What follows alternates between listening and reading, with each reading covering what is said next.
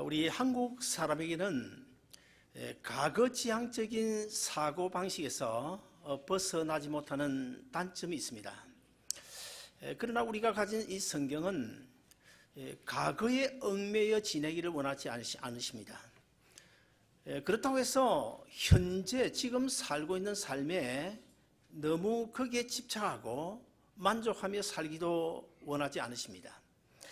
그러면 우리 기독교 신앙의 본질, 우리 기독교 신앙의 방향은 어떤 것을 추구해야 될까요? 우리를 위하여 십자가에 달려 죽으시고 우리를 위하여 예비해 두신 천국을 바라보며 미래지향적인 그런 자세를 원하고 계십니다. 그래서 누가복음 9장 62절을 보시면 예수님께서 이런 말씀을 하셨습니다. 손에 쟁기를 잡고 뒤로 돌아다보는 자는 하나님 나라에 합당치 아니하니라, 그렇게 말씀하셨어요.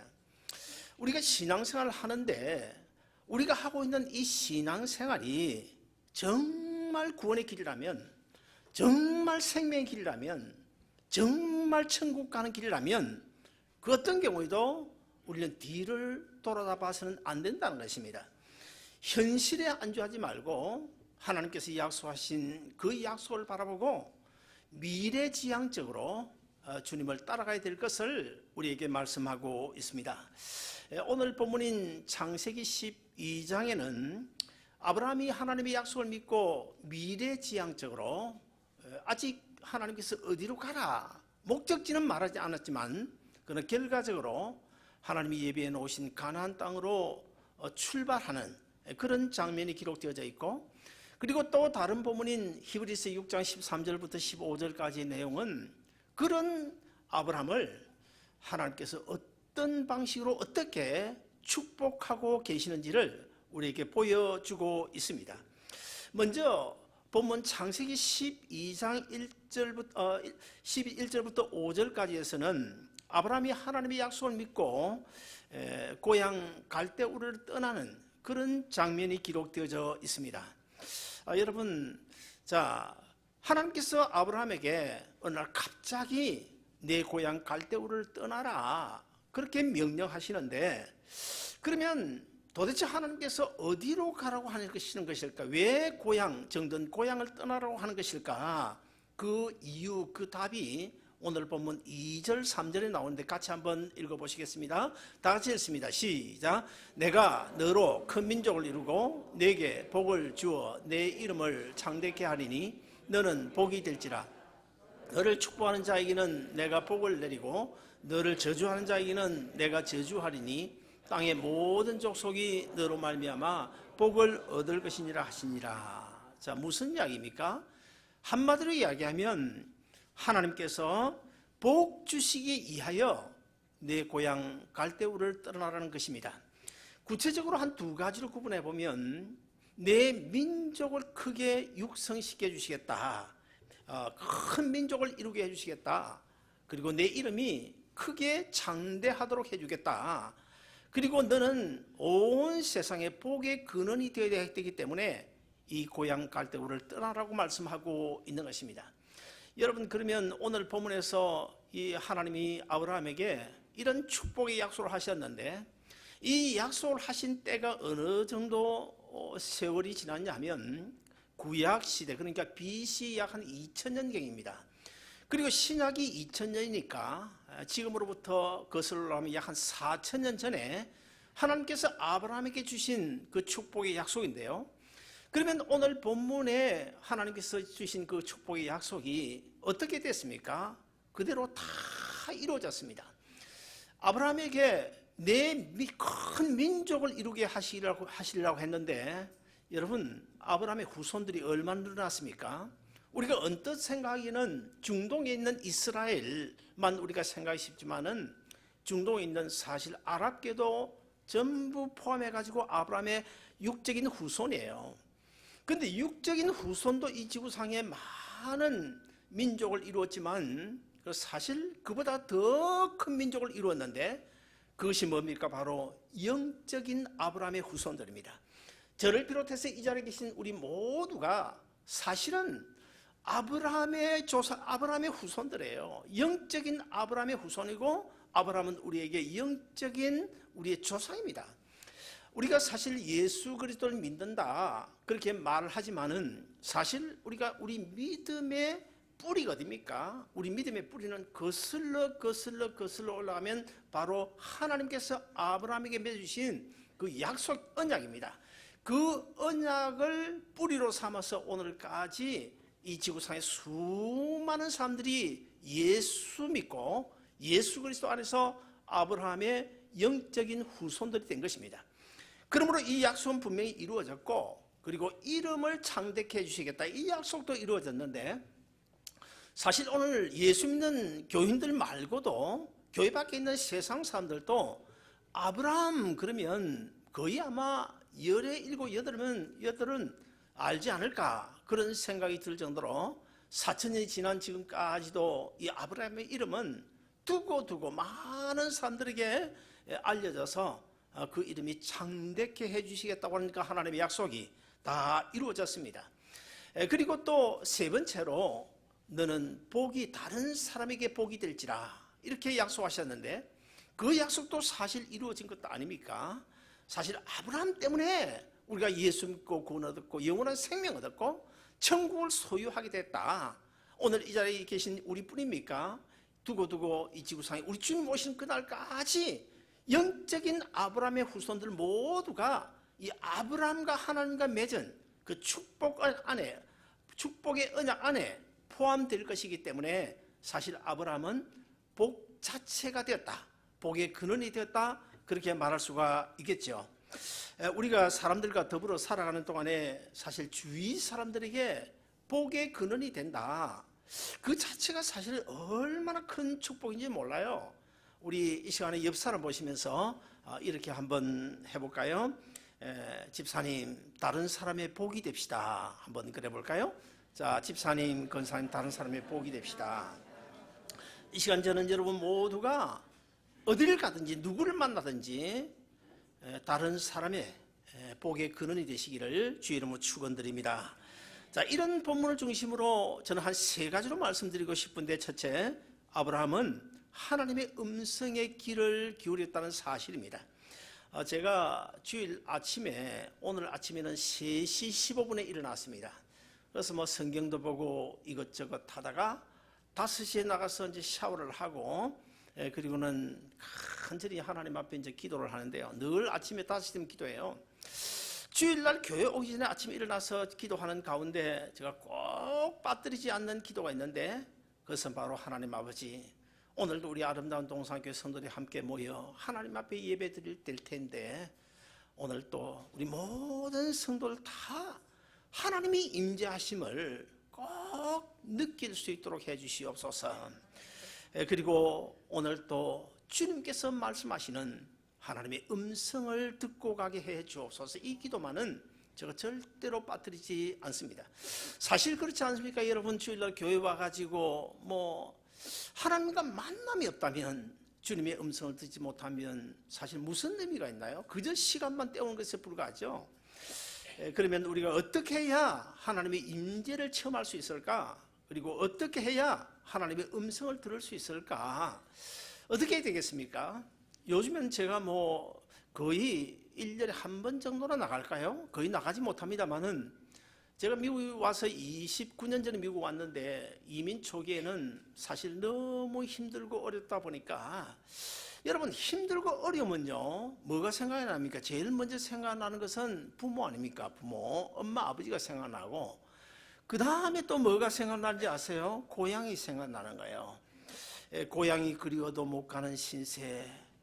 그래가지고 마음이 허전하고 그러면 차를 타고 뉴포트 비치로 가곤 했습니다.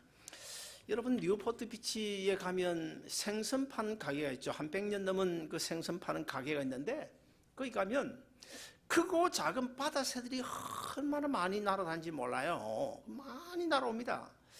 제가 그 바다새들을 한 마리, 두 마리 자세하게 쳐다보면서 느낀 것은, 그 바다새들 가운데 여러분 혹시요 눈이 나쁘다고 안경 끼고 있는 바다새 보신 적 있습니까? 저는 못 봤습니다. 근데 또 보니까 큰 갈매기들이 날아오는데, 제가 생선 한 토막을 들고 있으니까 큰 갈매기가 날아오는데, 그 옆에 또 갈매기들 보니까 어떤 갈매기는 한쪽 다리가 없어요. 여러분, 한쪽 다리가 없거나 불편하다고 해서 목발 짚고 있는 갈매기 여러분 보신 적 있습니까? 저는 못 봤습니다. 그래서 이제 제가 이 고등어 토막을 들고 있는데 한 마리가 날아왔길래 제가 그 갈매기에 물었어요. 갈매기야, 갈매기야, 너희들도 몸이 아프면 병원 가니? 너희들도 몸 아프면 약 먹니? 너희도 힘들면 뭐 짜증내고 신경질 부리고 고통당하고 그렇게 사니? 그렇게 물었더니 그 갈매기가 저에게 뭐라고 대답했는지 아십니까? 아니, 목사님이 되어가지고 성경도 잘 모르시나 봐요. 마태복음 6장 26절에 다 기록이 되어져 있는데, 공중에 나는 새를 보라, 심지도 않고 거두지도 않고 모아들이지도 아니하되 너희 전부 하나님께서 다 기르신다. 그 말씀을 어떻게 목사대가 모르시나요? 이런 응답을 했습니다. 사랑하는 여러분, 그런데 오늘 우리는 어떻습니까? 조금만 아파도 혹시 내가 암에 걸린 것은 아닐까? 그래서 전전긍긍하잖아요. 얼마나 걱정을 많이 합니까? 얼마나 약합니까? 조금만 힘들면 짜증 부리죠, 신경질 내죠, 어디 긁히기라도 하면 밴데지 붙이죠, 약 바르죠, 자식 걱정, 뭐 아내 걱정, 남편 걱정, 뭐 돈 걱정, 비즈니스 걱정, 걱정이 떠날 날이 없잖아요. 저는 그 새들을 보면서, 자연 속에 피어있는 그 꽃들을 보면서 늘 하나님의 손길을 체험합니다. 넓은 바다, 출렁이 있는 파도를 보면요, 그 뉴포트 비치에 어떤 데를 가보면 그 넓은 바다, 파도가 얼마나 크게 몰려오는지 몰라요. 그 파도 앞에 내가 탁 서 있으면 내가 얼마나 초라한지 몰라요. 우리 하나님께서 얼마나 위대하신지, 얼마나 크신 분이신지 자연히 그냥 아버지 하고 머리가 숙여지는 그런 느낌을 받으면서 우리는 하나님의 사랑, 하나님의 은혜를 깨닫게 되는 것입니다. 우리를 향한 하나님의 음성은 온 우주 만물에 충만합니다. 우리 다 같이 시편 19편 4절을 이렇게 같이 한번 읽어보실까요? 다 같이 읽습니다. 시작. 날은 날에게 말하고 밤은 밤에게 지식을 전하니 언어가 없고 들리는 소리도 없으나 그 소리가 온 땅에 통하고 그 말씀이 세계 끝까지 이르도다. 자, 여러분, 저 말씀이 무슨 뜻인지 아십니까? 우리가 어떤 나무를 쳐다본다, 아니면 꽃나무를 바라보고 있다, 그러면 거기에 분명 하나님께서 써놓으신 문자, 글은 없어요. 그럼에도 불구하고 하나님께서 우리로 하여금 뭐라고 그럽니까? 너희는 믿음의 사람이 아니냐? 그렇다면 믿음의 눈을 뜨고 내가 써놓은 글을, 문자는 없어도 글을 읽을 수 있어야 된다, 그런 말씀이고, 분명히 그 꽃 한 송이에 하나님의 음성, 소리가 없어요. 그럼에도 불구하고 너희는 믿음의 사람이 아니냐? 그렇다면 믿음의 길을 열고 내가 너에게 들려주는 내 음성을 들을 수 있어야 하느니라. 바로 그 말입니다.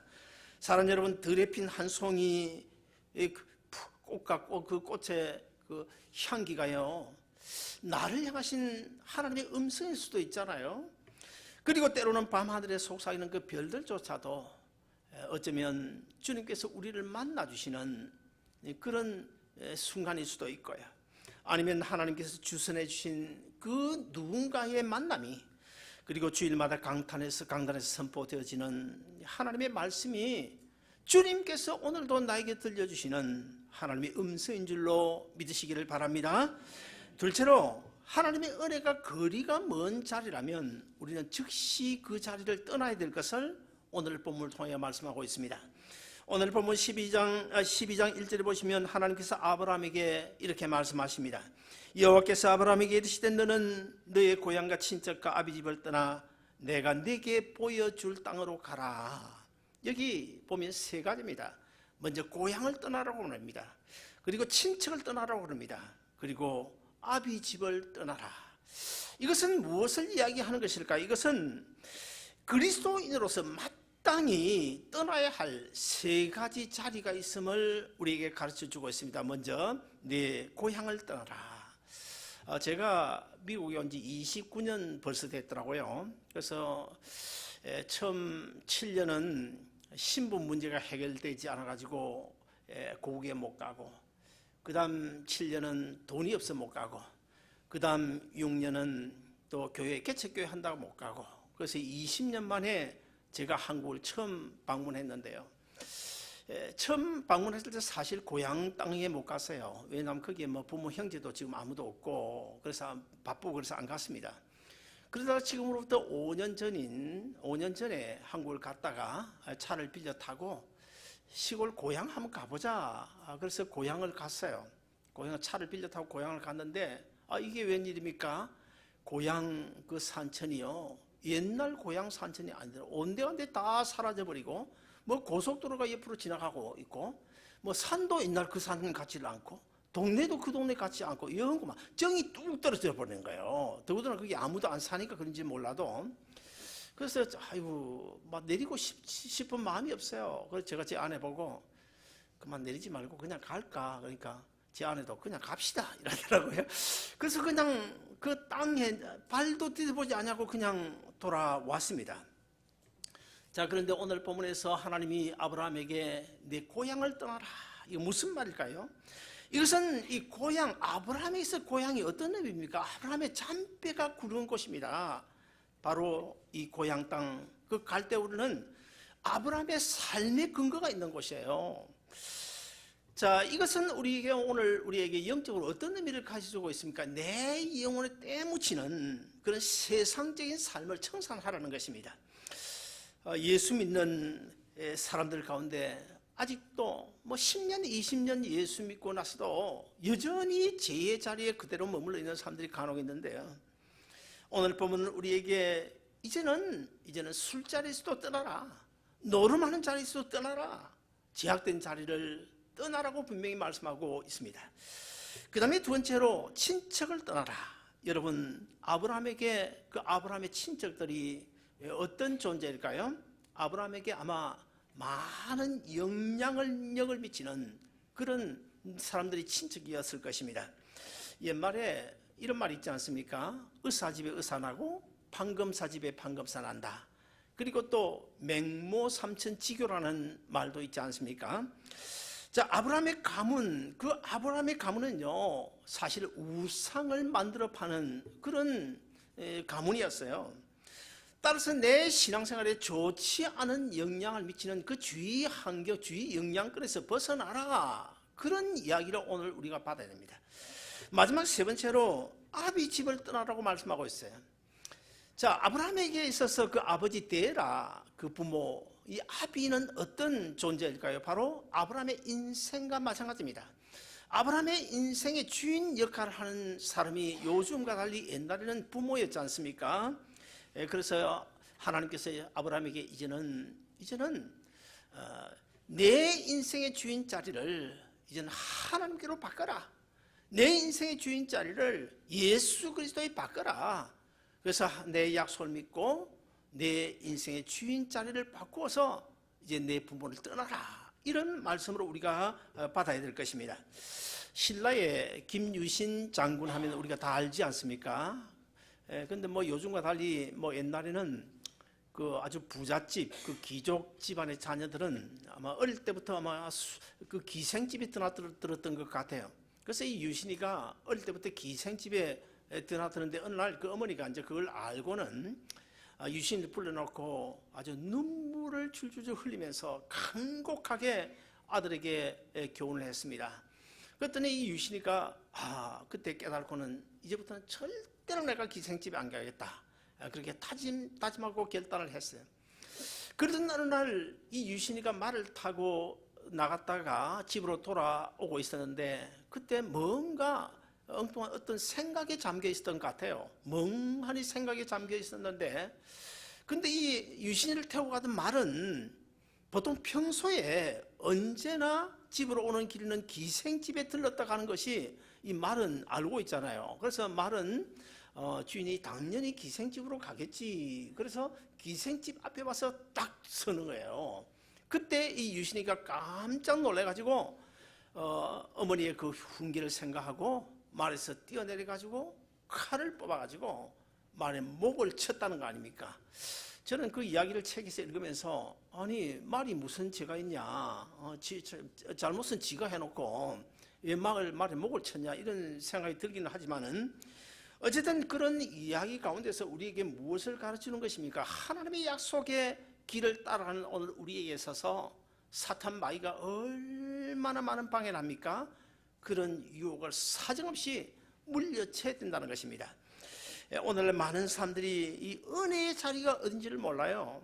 여러분, 내가 좋아하는 것과 은혜의 자리는 다른 것입니다. 내가 좋아서 무슨 일을 한다, 그것이 꼭 하나님께서 기뻐하신 일은 아닐 수도 있는 것입니다. 그러므로 자기가 좋아서 하는 일이 마치 주를 위한 일인 줄로 착각을 하고 그것이 바로 하나님의 은혜인 줄로 착각하며 사는 사람들이 간혹 있어요. 여러분, 은혜의 자리는 내가 좋아서 일하는 곳이 아닌, 엄밀하게 말하면 하나님과 나 사이 생명이 흐르는 예배가 있는 곳입니다. 그걸 우리가 알아야 됩니다. 우리가 주일날 교회 와서 예배 드릴 때도 그저 입 벌려 하나님을 찬양하고 또 봉사하고 그렇게 한다고 해서 그 무슨 소용이 있나요? 사실 이 예배 시간에도 말씀을 통해서, 찬양을 통하여, 기도를 통하여 하나님과 나 사이에 갈보리 언덕에서 흘려주신 예수님의 그 생명, 피가 흘러야 돼요. 생명이 흘러야 돼요. 그래야 하나님과 나 사이가 바른 관계에 맺어지고, 바른 관계에 맺어져야 하나님의 은혜와 하나님의 모든 가진 것을 마음껏 갖다 쓸 수 있는 그런 축복이 될 수 있는 것입니다. 마지막 세 번째로, 약속을 믿고 오래 참으면서 인내해야 될 것도 오늘 본문을 통해 우리 가르치고 있습니다. 저는 오늘 본문의 또 다른 본문 히브리서 16장 13절 15절 이 말씀을 읽을 때마다 아브라함이 참 얼마나 부러운지 모르겠어요. 그리고 이 아브라함은 정말 존경할 만하구나, 그런 생각을 합니다. 본문을 보시면 이 아브라함이 하나님과 어떤 관계 속에서 살아가고 있는지를 우리에게 분명하게 보여주고 있는데요. 13절을 우리 다시 한 번 더 같이 보실까요? 다 같이 봅니다. 시작. 하나님이 아브라함에게 약속하실 때에 가리켜 맹세할 자가 자기보다 더 큰 이가 없으므로 자기를 가리켜 맹세하여. 자, 여러분, 저 말씀을 우리가 깊이 묵상하고 자세히 읽어보면 무슨 말입니까? 하나님께서 아브라함을 축복하시는데, 아브라함아, 내가 너를 축복하려고 한다.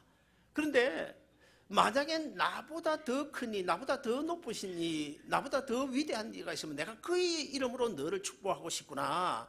그런데 이 세상에는 나보다 더 큰 이가 없어. 내가 하나님 아니냐? 나보다 더 크니 더 위대한 이가 없어서 어쩔 수 없이 내 이름으로 너를 축복한다. 사실 이 말이요, 얼마나 중요한 말인지 모릅니다. 하나님은 온 우주 만물을 창조하신 분이십니다. 하나님은 모든 것을 소유하신 분이십니다. 그런 하나님께서 내가 너를 축복한다 그러면 끝나는 겁니다. 그럼에도 불구하고 아브라함이 하나님 앞에 도대체 어떤 존재에 있길래 하나님께서 나보다 이 세상이 더 높으시니, 더 크니, 더 위대하신 이가 있으면 그의 이름으로 너를 축복하고 싶구나. 그런데 이 온 우주 만물, 이 세상에 나보다 더 높은 이가 없어. 그래서 어쩔 수 없이 내 이름으로 너를 축복한다. 놀라운 일 아닙니까? 도대체 아브라함이 하나님 앞에 어떤 존재였길래 그렇게까지 하나님께서 말씀하고 계실까? 그 다음에 또 14절도 우리 같이 한번 읽어보시겠습니다. 14절 같이 읽습니다. 시작. 가라사대 내가 반드시 너를 복주고 복주며 번성케 하고 번성케 하리라 하셨더니, 자, 하나님께서 아브라함이 하신 말씀이에요. 내가 너를 복주고 복주며 번성케 하고 번성케 하리라. 성경에 보면 같은 단어를, 같은 말을 2번 아니면 3번까지도 반복하는 경우가 들어 있습니다. 이 성경에서 같은 말을 2번 반복한다, 이것은 강조를 의미합니다. 강조. 그런데 여러분, 하나님이 어떤 분이십니까? 제가 언젠가 말씀을 드린 적이 있어요. 제가 우리 교회를 개척하고 얼마 안 됐을 거예요. 제가 짐작에는 어느 날 전능하신 하나님에 대하여 그 원어를 좀 찾다가 놀라운 그런 사실을 하나 발견했거든요. 우리가 하나님을 가리켜서 전능하신 하나님이라 그래요. 전능이란 말은 모든 것을 다 하실 수 있는 분이시다, 그렇게 우리가 해석을 할 수가 있는데, 이 전능하신 하나님 뭐라 하는가 하면 히브리어로 엘샤다이라고 합니다. 엘샤다이. 엘은 하나님이고 샤다이는 전능이라는 뜻입니다. 자, 그러면 이 전능, 이 샤다이, 전능이라는 뜻이 무엇일까? 그 원어적으로 거슬러 그 어근을 찾아가다 보니까 아주 놀라운 뜻이 있어요. 전능, 이 샤다라는 그 원어의 뜻이 엄마의 유방이다, 그런 뜻이 있더라고요. 도대체 이게 무슨 뜻일까? 제가 그 원어적인 그 뜻을 가지고 깊이 묵상을 해보니까 참 놀라운 깨달음이 오더라고요. 여러분, 애기 엄마 유방이 뭐 하는 겁니까? 유방이. 애기 엄마 유방은 애기가 필요로 하는 모든 영양분을 마음껏 공급해 주는 것이 엄마 유방 아닙니까? 그럼 왜 하나님을 가리켜서 애기 엄마 유방과 같은 하나님이다, 그렇게 말하는 것일까? 무슨 뜻일까요? 이것은 바로 애기 엄마가 자기 애기에게 애기가 필요한 모든 것을 마음껏 얼마든지 공급해 줄 수 있는 것처럼, 우리 하나님이 자기 자녀인 저를 비롯하여 이 자리에 계신 우리 모든 하나님의 자녀들이 필요로 하는 것들을 애기 엄마 유방처럼 얼마든지 마음껏 공부해 주실 수 있는 분이시다. 그 뜻이 바로 엘샤다이, 전능하신 하나님이라는 뜻입니다. 그런 전능하신 하나님께서 아브라함아, 내가 너를 축복한다, 너에게 복 주겠다, 그러면 될 텐데 두 번씩이나 복 주고 번성케 하고 번성케 하리라 두 번씩이나 강조하시면서까지 그럴 필요가 뭐 있을까? 근데 그것뿐이 아닙니다. 14절 초두에 보시면 가라사대 내가 반드시 너를 복주고, 이 반드시라는 수식어가 붙어 있는데요. 하나님이 이 반드시란 말을 왜 했을까? 왜 수식어를 붙였을까? 사실 이 반드시라는 단어 수식어는요, 이것은 변덕이 쭉 끓듯이 하는 우리 인간끼리 할 수 있는 이야기지, 사용할 수 있는 단어지, 하나님 입장에서는 반드시란 수식어가 필요 없어요. 해당이 안 되는 말입니다. 우리가 그러지 않습니까? 돈을 100불 필요해서 빌렸다. 그러면 내가 전도사님한테 돈 100불 빌렸다. 그러면 전도사님, 내가 이거 반드시 갚을게요. 반드시라고 하잖아요. 변덕이 그냥 거짓말 잘하고, 그러니까 우리 인간이 사용할 수 있는 단어지, 하나님은요 거짓말 하시는 분이 아니시잖아요. 신실하신 분이시잖아요. 그런 하나님이 왜 아브라함에게 복을 주시면서, 복을 축복을 약속하시면서 내가 반드시 너에게 복 주고 너를 번성케 하고 번성하게 해주겠다, 이렇게 이런 말을 하실 수 있는 것일까요? 여러분, 제가 아까도 이야기했지만 29년 전에 제가 007 가방 하나 들고 돈 1000불 가지고 미국에 왔는데요. 아는 사람 하나도 없이 왔어요. 그러나 분명한 사실은 서울에서 LA까지 몇 시간이 걸린다, 그 정도는 제가 알고 왔어요. LA 오면 한인들이 어느 정도 살고 있다는 것도 알고 왔어요. 그리고 미국에는 백인이 살고 흑인이 살고 멕시칸도 살고 다민족 사회라는 것도 제가 어느 정도는 알고 왔습니다. 그런데 사실 오늘 본문에서 이 아브라함은 전혀 아무것도 알지 못하고 떠나요.